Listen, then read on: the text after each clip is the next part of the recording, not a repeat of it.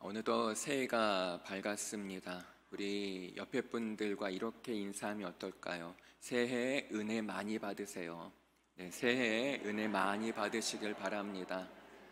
올 한 해 은혜도 많이 받으시고 성령 충만하시고 또 건강하시길 간절히 소망합니다. 여러분, 오늘날을 어떠한 세대라고 부르나요? 아마 다들 들어보셨을 겁니다. MZ세대라고 들어보셨죠? 이 MZ세대란 1980년 초부터 2000년 초 출생한 밀레니얼 세대와 1990년 중반부터 2000년대 초반 출생한 Z세대를 통합해서 MZ세대라고 부릅니다. 이 MZ세대의 특징이 무엇일까요?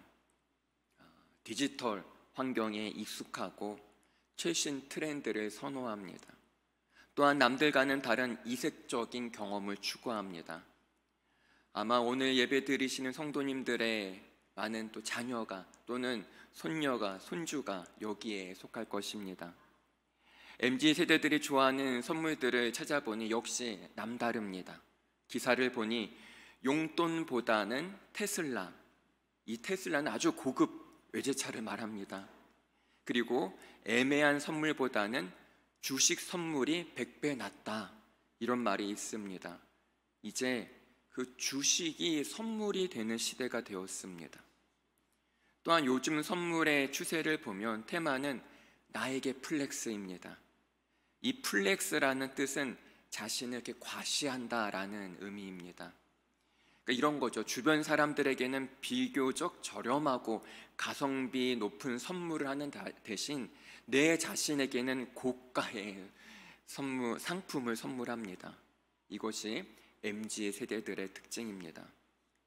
그렇다면 오늘 이 자리에 계시는 분들은 어떠한 선물을 받고 싶으신가요?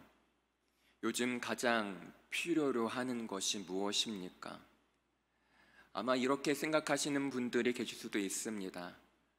그냥 자식 속썩이지 않고 시집장가 잘 가는 게 큰 선물이지, 걱정 없이 사는 게 가장 큰 선물이지 라고 여길 수 있습니다.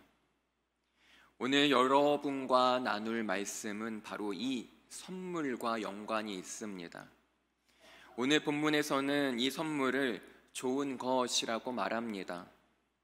오늘 본문을 나누기 전에 이 누가복음 11장 구성이 어떻게 되는지 함께 좀 알아보고자 합니다.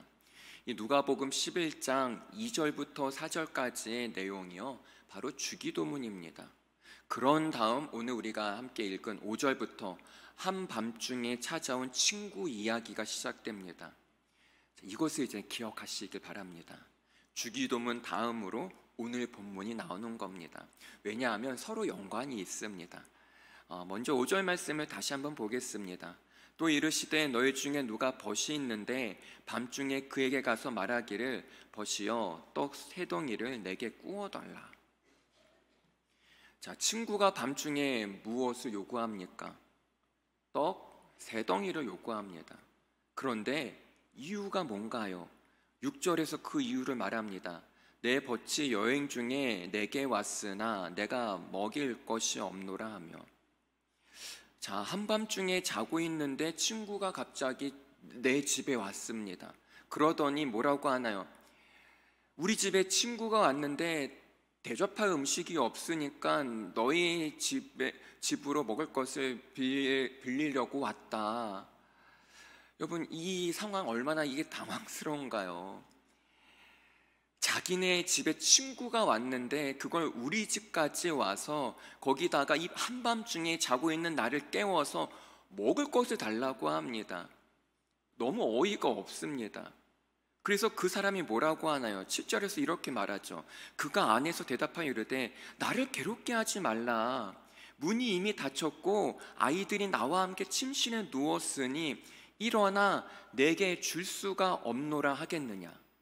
자, 이 7절 하반부에 내게 줄 수가 없노라 하겠느냐, 이 말의 의미가 무엇인가요? 준다는 거예요? 안 준다는 거예요? 내게 줄 수가 없노라 하겠느냐? 준다는 겁니까? 안 준다는 겁니까?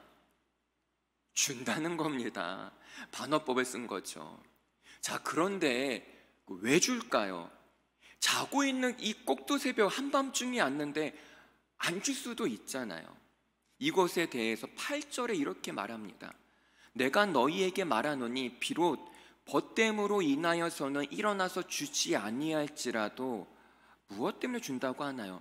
그 간청함을 인하여 일어나 그 요구대로 주리라.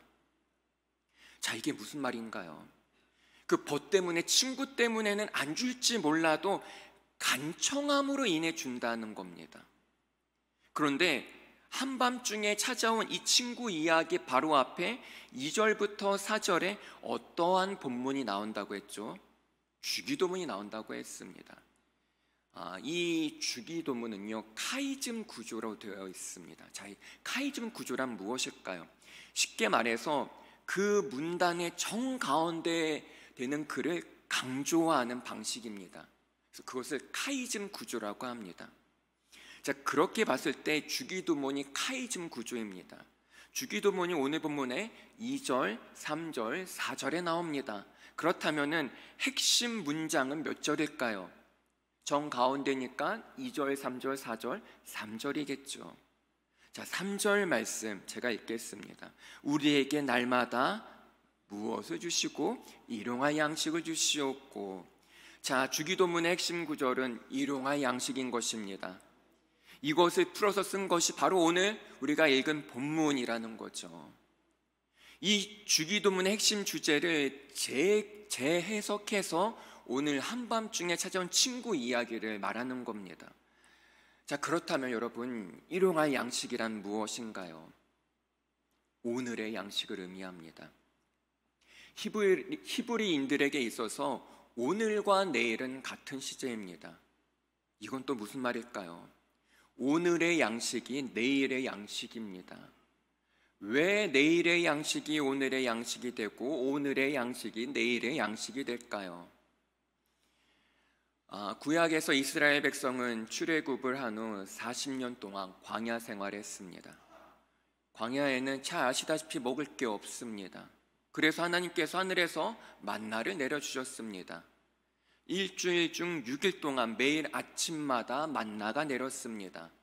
자, 그런데 6일째 되는 날에는 언제 것까지 내렸을까요? 맞습니다. 안식일인 내일 것까지 내렸습니다. 그래서 내일의 양식이 언제 내린 것인가요? 오늘 내린 겁니다. 그래서 히브리인들의 의식에는 오늘은 내일이라고 이해를 합니다. 그러기에 일용할 양식을 주시옵고는 사실상 무슨 양식도 구하는 것인가요? 내일의 양식도 구하는 것입니다. 자, 그렇다면 좀 더 생각해 보겠습니다. 구약에서는 일용할 양식이 만나였지만 신약으로 넘어가서 그 양식은 무엇이 됩니까? 그 양식은 누가 됩니까? 바로 예수 그리스도. 또한 구약의 시각으로 봤을 때 내일의 양식은 바로 오실 메시아, 오실 예수 그리스도를 의미합니다. 그렇다면 주기도문에서 말하는 일용할 양식은 무엇을 의미할까요? 우리는 늘 누구를 양식으로 삼아야 할까요? 예수 그리스도를 양식으로 삼아야 합니다. 그래서 주기도문에서 제일 핵심되는 구절이 일용할 양식인 것입니다. 주기도문에서 날마다 일용할 양식을 구하라는 것은 매일 예수님을 양식으로 구하라는 것입니다. 왜냐하면 우리는 예수로만 살 수 있으니까. 그래서 요한복음 6장 48절에 보면 예수님께서 이렇게 말합니다. 내가 곧 생명의 떡이니라. 자, 이제 오늘 본문을 살펴보겠습니다. 한밤중에 찾아온 이야기를 듣다 보면 이런 생각 들지 않습니까? 이 친구는 왜 하필 꼭두새벽에 한밤중에 찾아왔을까? 자고 있는 사람을 깨워서면까지 무례하지 않습니까? 우리의 입장에서는 이해가 되지 않습니다. 그런데 이것을 이해하기 위해서는 중동 문화를 우리가 알아야 합니다. 중동이 어떠한 기후인가요? 낮에는 태양이 너무나 뜨거워서 밖에서 활동할 수 없습니다. 가끔 우리 이게 TV 다큐멘터리로 보죠. 막 바닥에 막 쩍쩍 갈라져 있는, 정말 태양에 타서 죽을 수도 있는 그런 기후입니다. 그러기에 이 사람들은 주로 밤에 여행을 다닙니다. 그래서 밤중에 친구들이 집에 찾아오는 것이 그 사람들에게는 일상이에요. 그리고 또 하나는 유대인들이 가장 중요하게 여기는 것이 바로 공동체 의식입니다.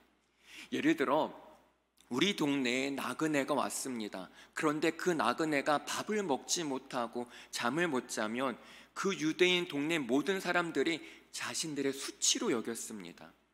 그러니까 유대인들은 자기 동네에 손님이 오면 너나 할 것 없이 친절하게 맞이해 줍니다. 구약에서 강조하는 약자 보호법 중에 하나가 바로 나그네 환대법입니다.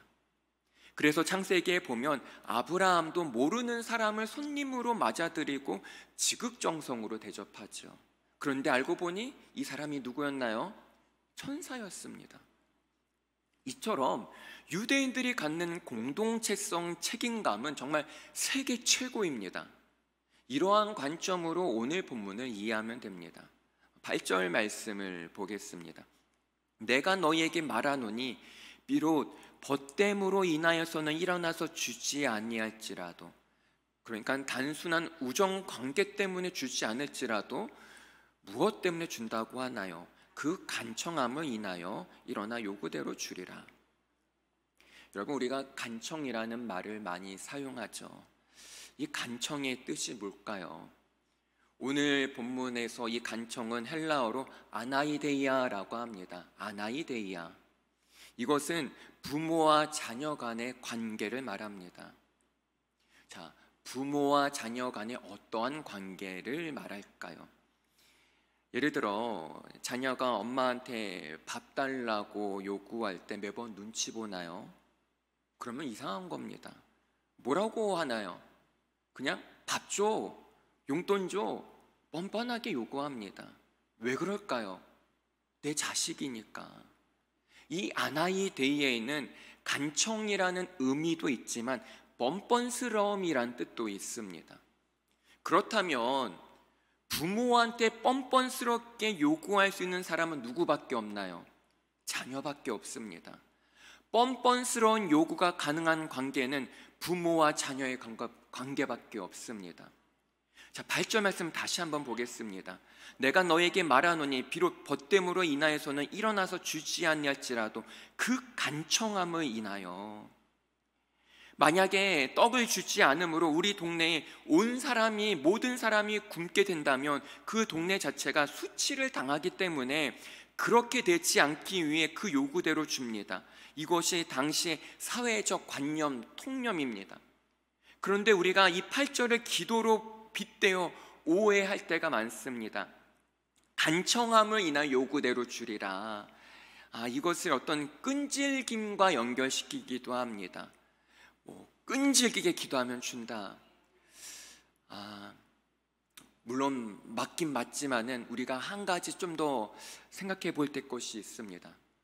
하나님은 자동 응답기가 아닙니다.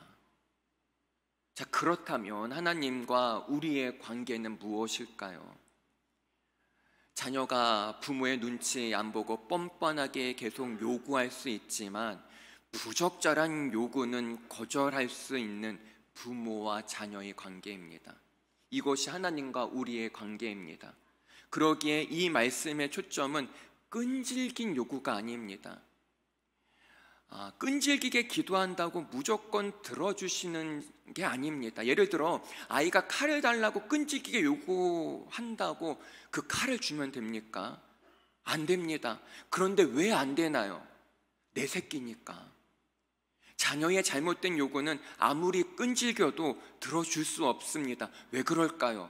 부모니까. 덜 끈질겨서 응답이 이루어지지 않는 게 아니에요. 이 간청 아나이데이아는 뻔뻔스럽게 요구할 수 있는 관계를 말합니다. 이것이 나와 하나님 아버지의 관계입니다. 그런데 이 사실을 잊어버리고 다음 이어질 9절 말씀을 보면 오해할 수 있습니다. 내가 또 너에게 이르노니 구하라 그러면 너에게 주실 것이요 찾으라 그러면 찾아낼 것이요 문을 두드리라 그러면 너에게 열릴 것이니. 이것도 어필 보면 기도의 열심을 강조하는 것 같습니다. 물론 정말 기도 우리는 열심히 해야 합니다. 끈질기게 해야 합니다. 그런데 말도 안 되는 것을 끈질기게 요구할 때 그 끈질김 때문에 들어주실까요? 아닙니다. 아버지이기 때문에 아버지가 생각해서 자녀가 끈질기게 요구해도 거절할 때가 있습니다. 그런데 왜 거절하실까요? 사랑하니까. 사랑하는 사람에게는 좋은 것만 주고 싶으니까. 누가복음 18장에 보면 불의한 재판장과 원한을 가진 한 여인이 등장합니다. 이 여인이 밤낮 시시때때로 재판장에게 찾아가 자신의 원한을 풀어달라고 계속 하소연합니다. 그런데 왜 억울할까요? 그 억울함의 밑바닥에는 무엇이 깔려 있을까요? 바로 정당성이 있기 때문입니다. 정당성이 없는 모든 것은 억울한 게 아니에요. 그러기에 이 여인은 어떤 정당성을 가지고 있는 것입니다. 이 정당성을 가지고 끈질기게 재판장을 찾아갑니다. 그래서 이 불의한 재판장이 어떻게 하나요? 누가복음 18장 5절에서 이렇게 말합니다. 이 과부가 나를 번거롭게 하니 내가 그 원한을 풀어주리라. 그렇지 않으면 늘 와서 나를 괴롭게 하리라. 자, 번거롭게 하니 신학자 요아킴 예레미야스가 저술한 예수의 비유라는 책이 있습니다. 이 책은 예수님이 하신 비유를 연구하고 해석한 책입니다.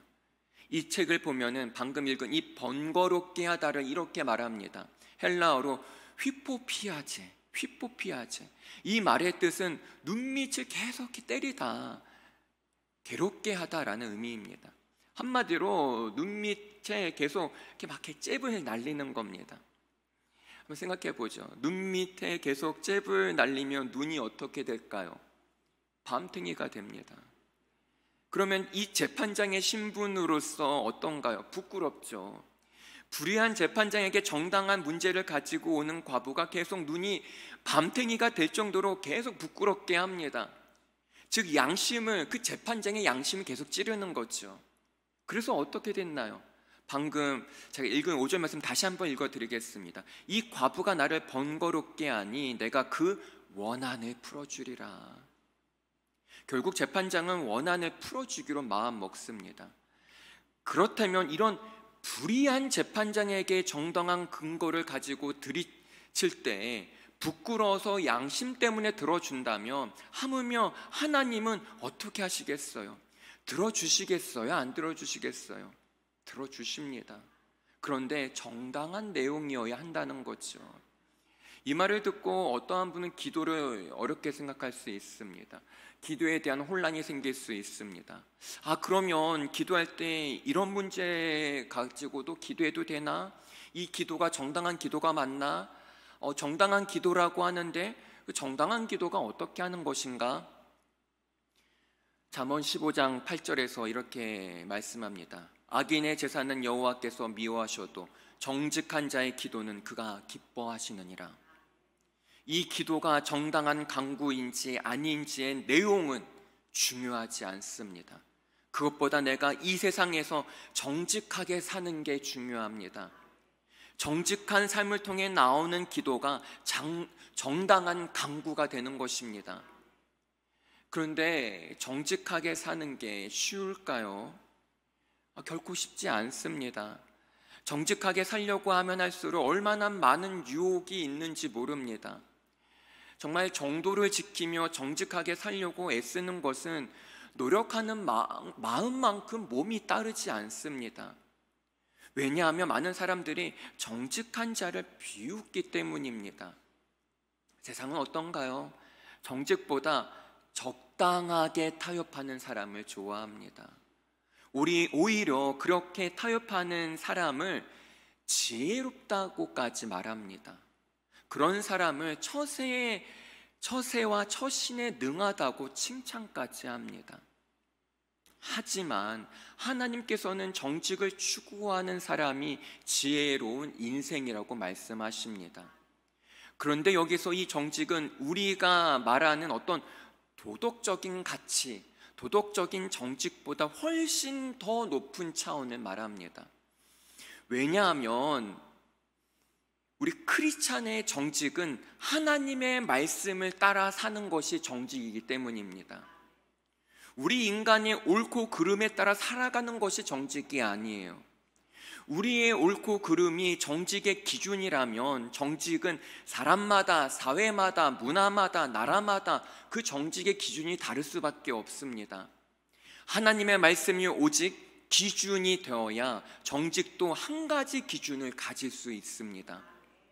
내가 하나님의 말씀과 그 가치관으로 살지 않는데 내가 주의 말씀을 붙잡고 어떻게라도 해보려고 노력 자체도 안 하는데 어찌 그 기도가 정당한 간구가 되겠습니까?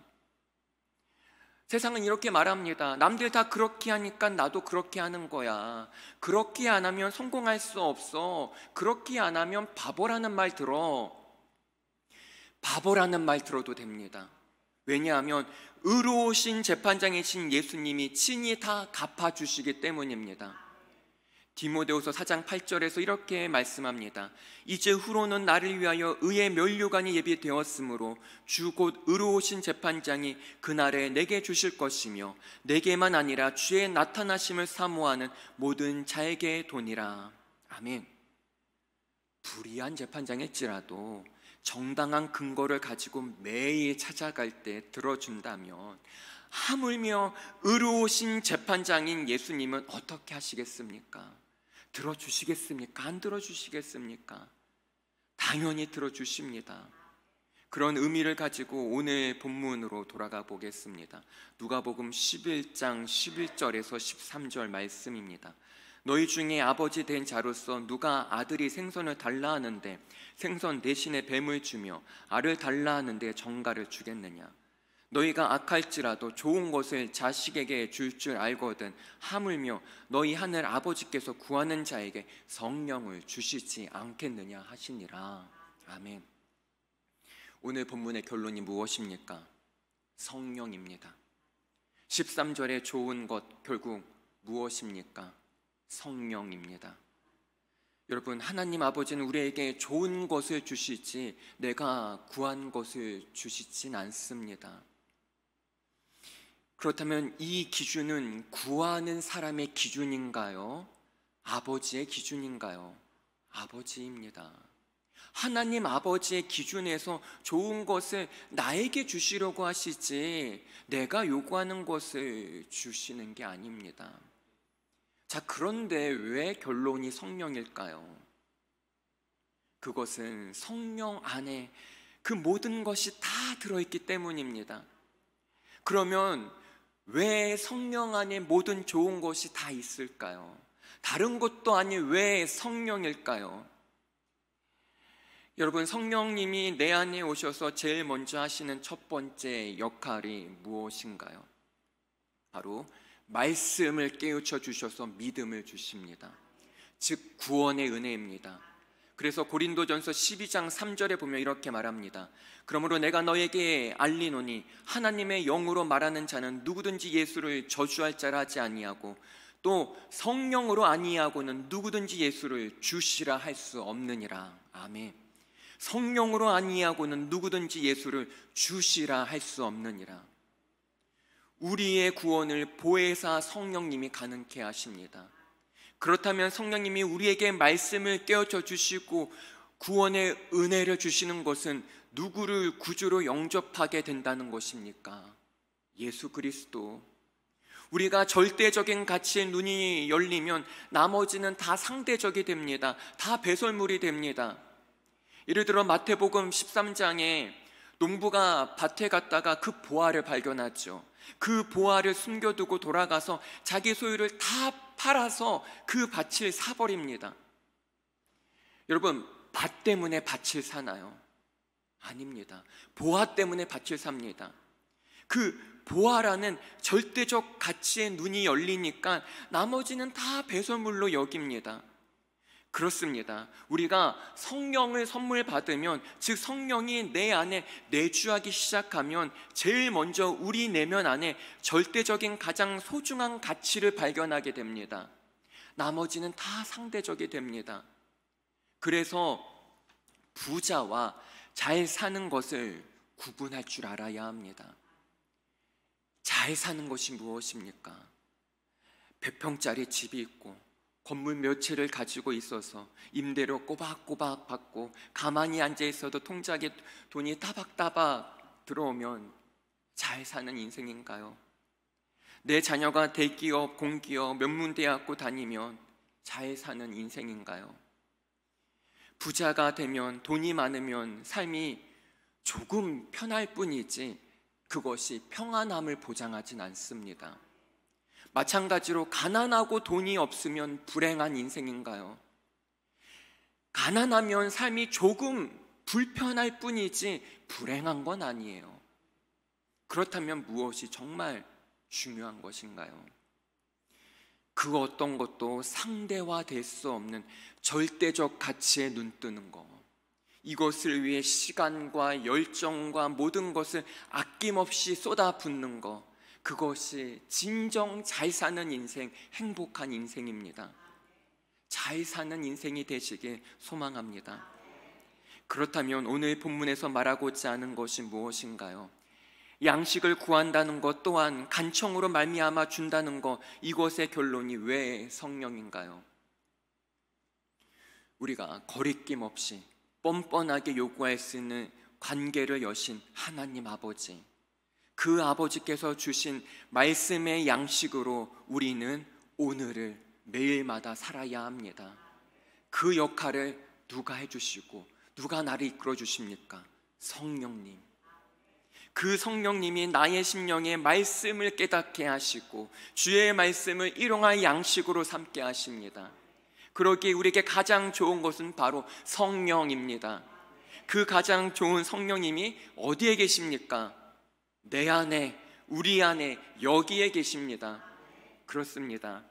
올 한 해 언제나 날마다 성령님을 간절히 사모하시기 바랍니다. 그리하여 내 안에 계신 성령님으로 인해 잘 사는 인생, 행복한 인생, 대박나는 인생이 되길 간절히 소망합니다. 기도하겠습니다. 하나님, 올 한 해 우리의 삶의 목표가 단순히 세상에서 잘 사는 인생이 아니라 성령 충만한 인생이 되게 하여 주시옵소서. 하나님과 우리와의 막힌 담을 허무신 예수 그리스도를 의지하며 나아갑니다. 그 주께서 우리에게 가장 좋은 선물인 성령을 주셨습니다. 내 안에 계신 성령님, 우리 모인 이곳에 계신 성령님, 성령님 통해 우리의 영혼이 치유되고 회복되게 하여 주시옵소서. 더 이상 좌절과 슬픔 가운데 살지 않게 하여 주시옵소서. 성령님께서 우리의 영혼을 새롭게 하여 주셔서 세상에 줄 수 없는 참된 평안한 가운데 올 한 해 믿음으로 승리하는 복된 주의 자녀 되게 하여 주시옵소서. 감사합니다. 예수님의 이름으로 기도합니다. 아멘.